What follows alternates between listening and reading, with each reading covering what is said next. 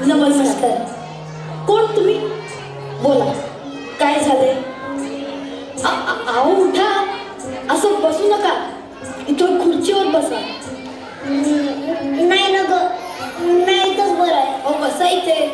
बाबासाहेबांनी पाहिलं ना तर खरडपट्टी काढतील. बरोबर बोललात सहस्त्रबुद्धे. बोला, काय झालंय? आमच्यातला एक व्यक्ती शिकून लय मोठा बॅरिस्टर झाला. आमच्या सारख्या लोकांसाठी काय काय करतो म्हणून मी त्या देवाला म्हणजे आमच्या बाबासाहेबांनी बघायला आलते.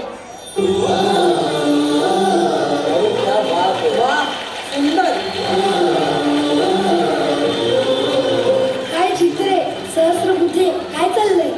हे पहा, तुमचा भक्त फार लांबून भेटायला आलाय. या.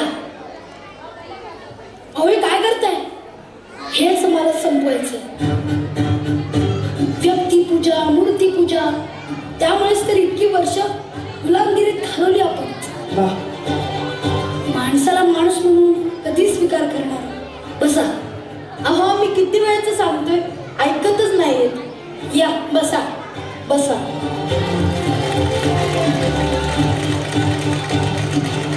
हे घ्या बघा. नाही ना ग, तुम्ही वरच्या जातीचे, आम्ही खालच्या जातीचे. मी कसं तुमच्या पहिल्याला शिवणार? तुम्ही वरनं पाणी टाका, नावून चढीने पितो. अहो आम्ही जन्मानं कुठल्या जातीचं आहोत ते महत्वाचं नाही. आम्ही बाबासाहेबांचे विचारांचे पाय काढू. घ्या पाणी. वा वा वा, फार सुंदर. नमस्कार. नमस्कार. या टिपणीस या. नंतर गंगाधरराव हे सुरेंद्र टिपणीस, महाड नगरपालिकेचे प्रमुख. टिपणीसांचा एक लेख मी वाचला, अत्यंत सुंदर. त्यात तिने असे नमूद केले होते की सरकारी मालमत्ता सगळ्यांसाठी खुली आहे. त्यावर समाजाचा कुठलाही घटक आपला दावा सांगू शकत नाही. अगदी बरोबर. त्यामुळेच मी असं ठरवलं आहे की सामाजिक समतेसाठी आणि अस्पृश्यतेचा भेद मिटवण्यासाठी आपण माडच्या 14 तळ्याचा सत्याग्रह करणार. म्हणजे निसर्गाने दिलेले पाणी सगळ्यांसाठी खुले आहे. त्यावर सगळ्यांचा समान अधिकार आहे हे सांगणारा सत्याग्रह. काय थोर विचार.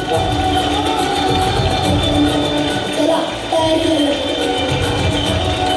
आणि तुम्ही पण येणार ना? माझा बाबासाहेब तिथं म्हणत, मी तिथं बिन दिक्कत येणार.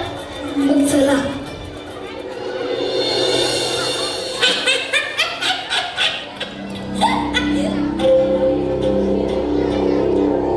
थांबा.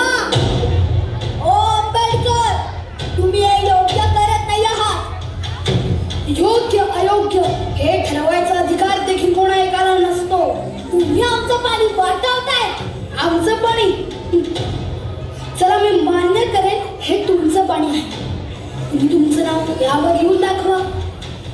मिस्टर आंबेडकर, तुम्हाला हे महागात पडेल. काय महागात पडेल रे? थांब, तुला धडक शिकवतो. हे निघेल, चल. निघ का? तुम्हाला हे महागात पडेल. हा, आधीच सांगून ठेवतो. हे चल. हो थांबा, शांत व्हा. आपण इकडे भांडायला आलोय का? माफी बाबासाहेब. पाण्यासाठी सुद्धा भांडावं लागतं, हे मोठं दुर्दैव. हा भ्रम घेऊ नका. आपण पाण्यासाठी म्हणजेच आपल्या हक्कासाठी भांडत आहोत. आज या महाडच्या धर्तीवर 14 तळ्याचा सत्याग्रह पाण्यासाठी नाही तर आपणही माणसं आहोत हे सांगण्यासाठी केलं आहे.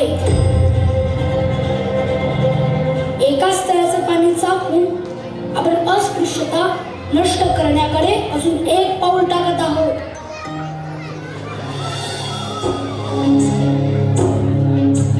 महाडच्या तळ्याचं पाणी पेटल ग बाई. महाडच्या तळ्याचं पाणी पेटल